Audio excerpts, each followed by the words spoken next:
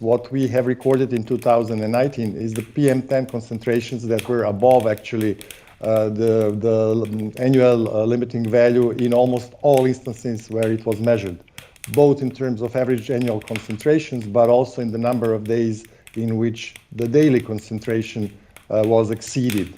Pretty much the same is valid for the PM2.5 concentrations in Serbia in year 2019. In Europe and Central Asia, of course excluding the high-income countries, we see that annual exposure to PM2.5 is 84% higher than the European Union exposure values. Why domestic heating and residential heating, as you can see here, the orange part is so important in the UNECE region.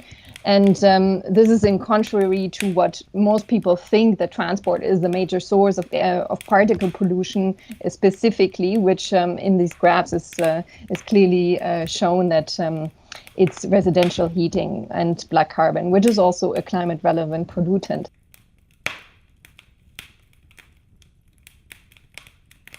What we know is that the primary PM sources come from residential heating. So residential stationary in Serbia was in charge or was to blame for 77% of PM2.5 emissions and almost 60% of PM10 emissions. Outside of the heating season, we rarely have a breaching of allowed values. So the fuel wood is the major source of space heating in all the countries of the Western Balkans and also in Serbia. So this, or something like that, is the heat supplier. This is the heat supply service for at least 1 million households in Serbia. It might look better, it might be newer, but more or less in terms of technology, this is the device that is in charge for provision of heat for at least 1 million households in Serbia. So it's about stoves, it's about efficiency, it's about emissions, but in the end, this is about people. Children that spend a lot of time indoors in the presence of burning fuels, and this is where potentially a gender disbalance may be present, where perhaps younger children and also girls may be more prone to helping their mothers with cooking, or more frequently staying at home than their male peers. We know that individual heating, district heating, fossil fuel-based generation, transportation, inefficient waste management activities, these are all major contributors to the PM2.5 concentrations.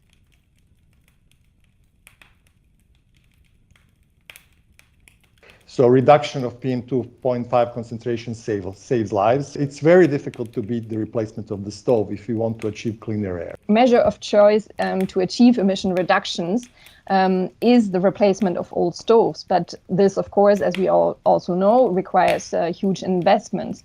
And this will not go that quickly, maybe. So the question for me is a little bit, what can we be done in the interim?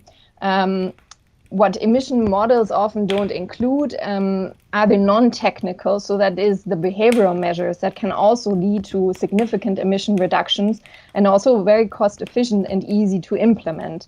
So, for example, sizing, placement, commissioning, use, maintenance, and control of domestic wood heating devices all have important impacts on emissions and efficiency, meaning that if the heating device is used correctly, emissions can be reduced with a simple change in behavior. When we need to actually position air pollution prevention also as response to post-COVID recovery efforts within the Build Back Better agenda.